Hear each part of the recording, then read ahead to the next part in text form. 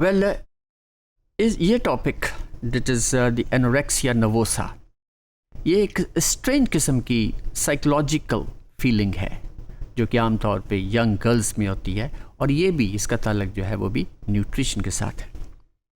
तो anorexia nervosa, this is the term which is employed to the loss of appetite.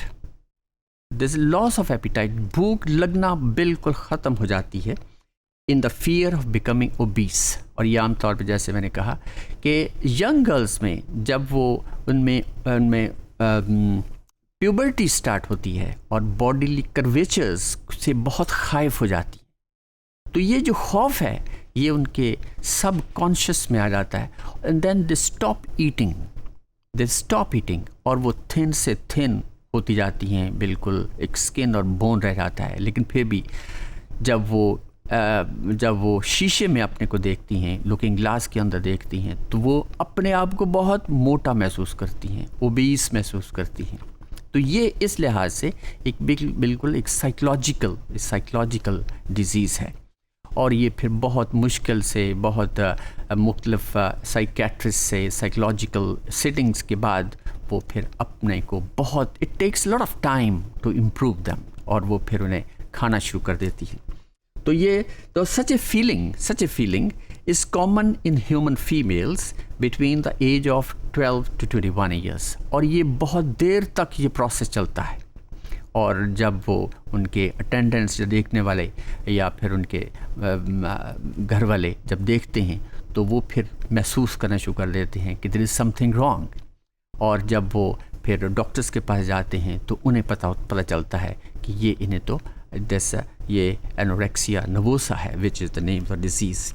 Now fear is not diminished even when weight is dropped to dangerous level। और ये एक diagram जिसके अंदर एक वही देख रही हैं, वो एक लुकिंग ग्लास के अंदर, लेकिन वो महसूस यही करती हैं कि वो बहुत एक मोटी खातून है। तो इसके सिम्टम्स क्या है? Loss of appetite. सबसे पहले तो बात यह है लॉस ऑफ एपिटाइट, और वो बिल्कुल भूख लगना जब ख़त्म हो जाता है तो वो फिर उनकी डिहाइड्रेशन और उनकी अपनी बॉडी जो मसल्स हैं वही इस्तेमाल होने शुरू जाते हैं एज एनर्जी, और जिसकी वजह से they become very thin. Now body weight drops to dangerous level.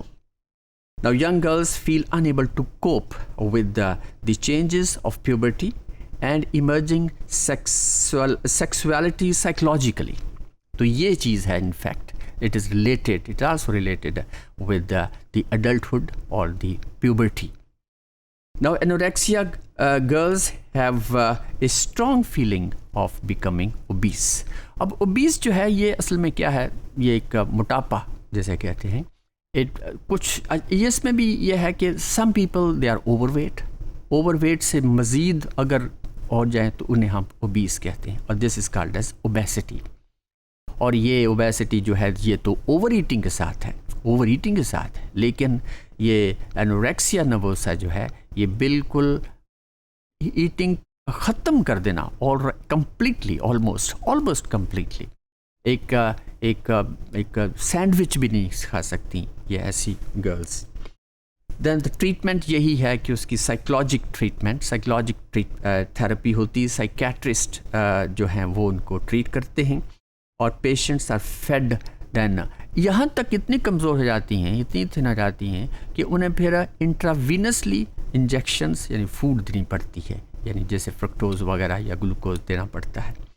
और ये फिर और इसकी रिकवरी जो है बहुत स्लो होती है, और उन्हें बातों में उनको तैयार करना पड़ता है कि ये एक नेचुरल प्रोसेस है, ये आप खाइफ ना हो, ये सब के साथ ऐसा होता है। तो ये फिर उनके तो ये बहुत वक्त लगता है इस चीज़ को उन्हें भी एक्सेप्ट करने में। तो this is again obviously it is related with the nutrition process. This is what is called as anorexia nervosa.